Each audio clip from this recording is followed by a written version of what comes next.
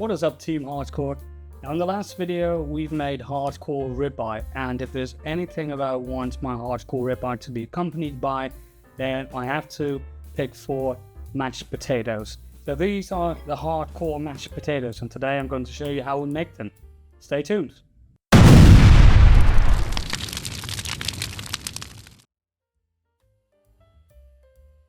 So we're going to do this in 9 easy steps, starting with peeling the potatoes up to finishing the job. The first thing we need to do is weigh our potatoes. Now, all these ingredients are based on 250 grams of potatoes.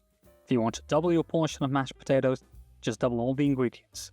So 500 grams of potatoes equals 60 milliliters of both milk and cream. And the important thing here is that you hit all those numbers. That's key. And not to worry, we're going to make these mashed potatoes step by step together. And if you're wondering how you can measure small amounts, such as 30 milliliters, this is a bar tool called the jigger. They use these in bars for cocktails, and as you can see, there are measurements written on the inside. They go up to 50 milliliters, which is perfect for cocktails and small portions of food. They're very convenient, inexpensive, and you can get them on most online liquor stores. Step 1.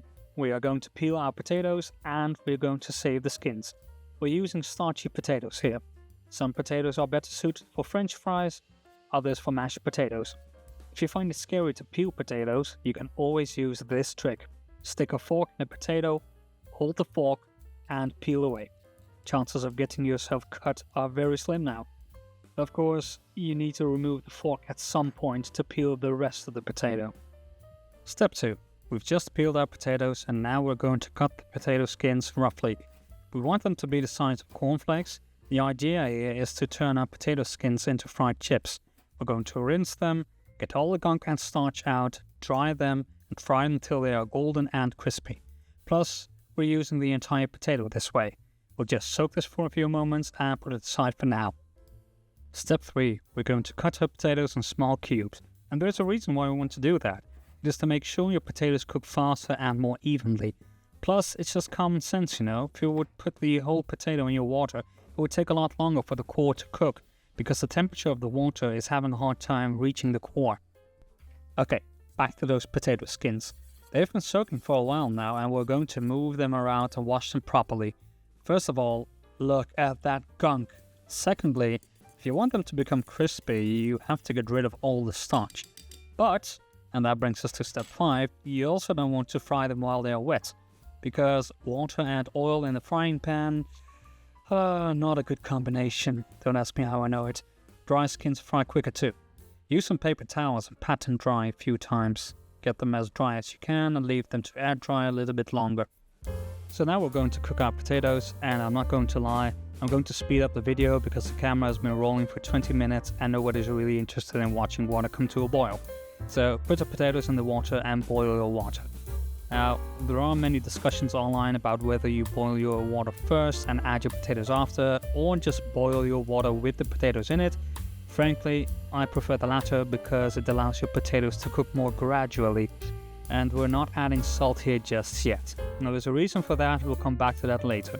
So, how do you know when your potatoes are done? We are looking for a consistency that is called fork tender, meaning that if you can stick a fork through a piece of potato, it is done.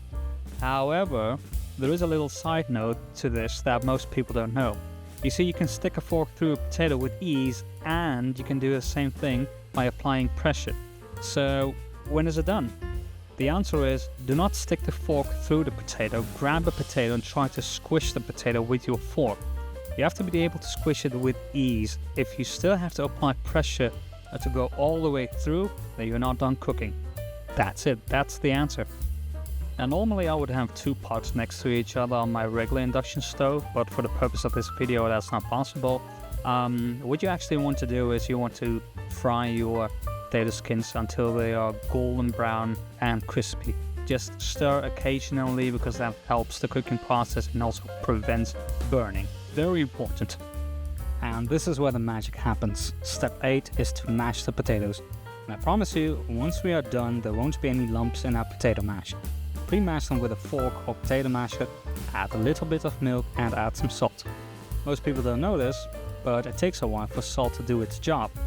Did you know, for example, that it takes somewhere between 6 and 30 minutes for salt to dissolve in water? So what does that mean for potatoes, you think? See, there's a reason why we season our steaks 24 to 48 hours prior to searing them.